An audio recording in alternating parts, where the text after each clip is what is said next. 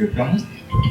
ఈరోజు మనం ఈ ప్రత్యామ్నాయం మీద సదస్సు జరుపుకుంటున్నటువంటి సందర్భంలోనే మరొక వైపు దావోస్లో ప్రపంచ పెట్టుబడిదారులందరూ కూడా సమావేశమై ఒక విహారయాత్ర, పెట్టుబడిదారు ప్రతి సంవత్సరం ఈ జనవరి ఫిబ్రవరి మాసాల్లో వాళ్ళు విహారయాత్ర చేస్తారు. ఆ విహారయాత్ర సందర్భంలో ప్రపంచ పెట్టుబడిదారులు, సెలబ్రిటీలు అందరూ అక్కడికి, రాజకీయ నాయకులు, ఆర్థికవేత్తలు అందరూ అక్కడ చేరుతారు. ఈ మన చంద్రబాబు నాయుడు గారు ముఖ్యమంత్రి, అలాగే విద్యాశాఖ మంత్రి లోకేష్ బాబు గారు ఇద్దరు దానికి హాజరయ్యారు. నిన్న ఈ రోజు మీరు పత్రికల్లో కూడా చూస్తుంటారు. చాలా మందితో ఒప్పందాలు, లక్షల కోట్ల ఒప్పందాలు ఈ భారతదేశంలో దొరికేటువంటి పెట్టుబడిదారులతోనే దావోస్లో ఒప్పందాలు చేసుకుంటున్నారు. అక్కడ చర్చలు చేస్తున్నారు. సరే, ఎవరితో ఎక్కడ చర్చలు చేసినా ఈ విదేశీ పెట్టుబడులు మనకి పెద్ద ఎత్తున కలర్ఫుల్గా చూపెట్టే లక్షలాది కోట్ల రూపాయలు చూస్తుంటే లక్షల కోట్లు, ఇంత డబ్బు ఎక్కడి నుంచి ఉంది అని చెప్పి అనిపిస్తుంది. ఎందుకు ఉంది, డబ్బు ఉంది, మూలుగుతూ ఉంది. కానీ అవన్నీ మన రాష్ట్రానికి వస్తే లక్షల మందికి ఉపాధి వస్తే అని చెప్పి మనం ఆశపడుతున్నాం. వస్తా రాదా ఈ నోట్లో కూడా చెప్పాము. మీరు దీంట్లో అంటే మొదటి పేరాలో కార్పొరేట్ సంఘాలకని ఉంది, కార్పొరేట్ సంస్థలు కదా, టైప్ మిస్టేక్. ఈరోజు మన ఆంధ్రప్రదేశ్ కావచ్చు, భారతదేశం కావచ్చు, బాబురావు చెప్పాడు ఆల్రెడీ వెంటిలేటర్ మీద ఉంది మన ఆర్థిక వ్యవస్థ అని చెప్పి. దానికి వాళ్ళు చెప్పే రాజకీయ కారణం గత 5 సంవత్సరాలు విధ్వంసం జరిగింది, అందుకని వెంటిలేటర్ మీద ఉన్నది. అది ఒక కారణం, కానీ పూర్తి సమగ్రమైన కారణం కాదు. ఎందుకంటే ఈరోజు ప్రపంచవ్యాప్తంగా మన ఆర్థిక వ్యవస్థ ఎదుర్కొంటున్న ముఖ్యమైన సమస్య ఏమిటి, మౌలికమైన సమస్య ఏమిటి? సప్లై లాగా ప్రజలు అడుగుతూ ఉంటే ఆ సరుకు కావాలి, ఈ సరుకు కావాలి, అది ఇవ్వండి, ఇది ఇవ్వండి అంటూ ఉంటే దానికి సరిపడా ఉత్పత్తి చేయలేనటువంటి కొరతన, అంటే సప్లై సైడ్ అంటారు. సప్లై సైడ్ సంక్షోభం ఇది, లేదా సరుకులు తయారవుతూ ఉంటే జనం కొనుక్కోలేక నిలవబడిపోతున్నటువంటి డిమాండ్ సైడ్ సంక్షోభం. ఏది ఈరోజు కీలకమైనటువంటి అంశం. అత్యంత ఎక్కువ మంది ఆర్థికవేత్తలు, ఈవెన్ ప్రపంచ బ్యాంకులో ఉండేటువంటి వాళ్ళతో సహా ఎక్కువ మంది ఈరోజు చెబుతుందంటే ఇది సప్లై సైడ్ సంక్షోభం కాదు, డిమాండ్ సైడ్ సంక్షోభం.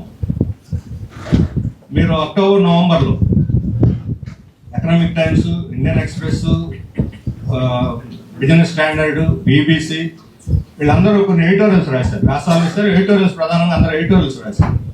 ఎడిటోరియల్స్ కొద్దిమంది చదువుతారు, అందరూ చదవరు. ఆ పత్రికలు చదివేవాళ్ళు పరిమితంగా ఉంటారు, ఎడిటోరియల్స్ చదివేవాళ్ళు ఇంకా పరిమితంగా ఉంటారు. ఆ పత్రికలు అన్నీ రాసిన సారాంశం ఒకటే, ఈరోజు ప్రజల యొక్క వేతనాలు, ఉద్యోగులు, కార్మికులు, వ్యవసాయ కూలీల యొక్క వేతనాలు పెరగక ఆదాయాలు పడిపోయి సరుకులు కొనలేనటువంటి స్థితిలో ఉన్నారు.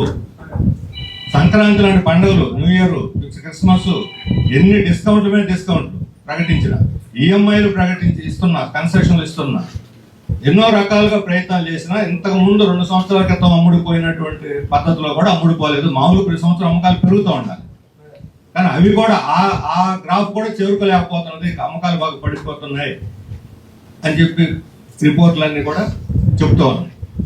ఇక్కడ ప్రాక్టికల్గా వెళ్ళినా మన సంక్రాంతి సందర్భంలో బీసెంట్ రోడ్డుకి వెళ్ళి ఎక్కడ ఒక షాప్ దగ్గర కొంటూ ఉంటే వాళ్ళు చెబుతున్నారు అంత లేదండి, గిరాకీ పోయిన సంవత్సరం ఉన్నంత కూడా లేదని వాళ్ళు కూడా చెబుతున్నారు. ఇదేదో పెద్ద రీసెర్చ్ చేసి చెప్పే అంశం కూడా కాదు, ఏ దుకాణం పోయి అడిగినా కూడా చెప్తారు. ఎందుకని జనం కొనుగోలు చేయలేకపోతున్నారు అంటే వాళ్ళ ఆదాయాలు పెరగట్లేదు. కీలకమైన అంశం ఇది. ఈ కీలకమైనటువంటి అంశం విజన్ 47లో లోపించింది. మనకు విజన్ 47 అమలు జరపగలిగిన సత్తా, శక్తి, సామర్థ్యాలు చంద్రబాబు నాయుడుకి ఉన్నాయా లేదనేది చర్చ కాదు. చంద్రబాబు నాయుడు గారి యొక్క సమర్థత గురించి మేము ప్రశ్నిస్తాం. ఆయన చాలా సమర్థుడు, అందులో సందేహం లేదు. కానీ సమర్థత మీద ఆధారపడి అభివృద్ధి జరగదు. వాస్తవికంగా ఒక ప్రణాళిక రూపొందిస్తే ఆ ప్రణాళిక వాస్తవికంగా ఉండాలి. ఈరోజు అసలు సమస్య ఏమిటి, ఆ సమస్యకు పరిష్కారం ఏంటి? ఆశలు, ఊహలు మన ఎన్నైనా ఉండొచ్చు, కోరికలు ఎన్నైనా ఉండొచ్చు, గుడ్ విషెస్ ఆటోమేటిక్గా రియలైజ్ అవ్వవు. ప్రతి ఒక్కళ్ళకి విషెస్ ఉంటాయి. రాష్ట్రాభివృద్ధిని చెయ్యాలి, ప్రపంచంలో ఆంధ్రప్రదేశ్ని అగ్రగామం నిలబెట్టాలని చంద్రబాబు నాయుడు గారు మనస్ఫూర్తిగా కూడా కోరుకొని ఉండొచ్చు. నేనేం కాదంటలే, ఆయన చిత్తశుద్ధిని కూడా శంకించడం లేదు. కానీ ఇది సాధ్యమా?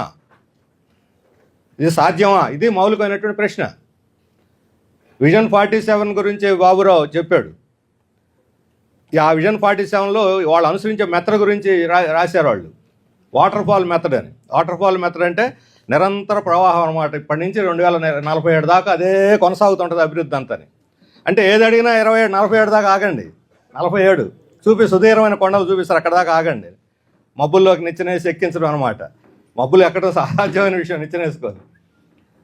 ఈ మబ్బులు చూపించడం కాదు, ఐటీతో సంబంధం ఉన్న వాళ్ళు ఎవరికైనా తెలుసు, వాటర్ ఫాల్కి ప్రత్యామ్నాయం ఎజైల్ మెథడ్ అని ఇంకోటి ఉంది. ఎజైల్ మెథడ్ అని అంటే చిన్న చిన్న ముక్కలకు విభజించి ఏ ముక్కకు ఆ ముక్కని జయప్రదం చేసుకుంటూ మళ్ళీ నెక్స్ట్ ఇప్పుడు ఒక యాప్ తయారు చేస్తారు అనుకోండి, యాప్ విడుదల చేసేస్తారు, దాంట్లో పెడతారు ప్లే స్టోర్లో.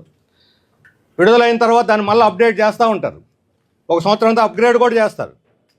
ఇది ఒక నిరంతర ప్రక్రియ, కానీ ఎక్కడ ఆగదు. మొదట రిజల్ట్స్ వస్తుంది. 20-40 ఏళ్ళు నేను చెప్తున్నాను అనేదాన్ని వచ్చే 5 ఏళ్లలో బాబురావు స్పష్టంగా చెప్పాడు, అది సూటిగానే. వచ్చే 5 ఏళ్లలో ఏం చేస్తాం? ప్రజలకు అది కదా కావాలి.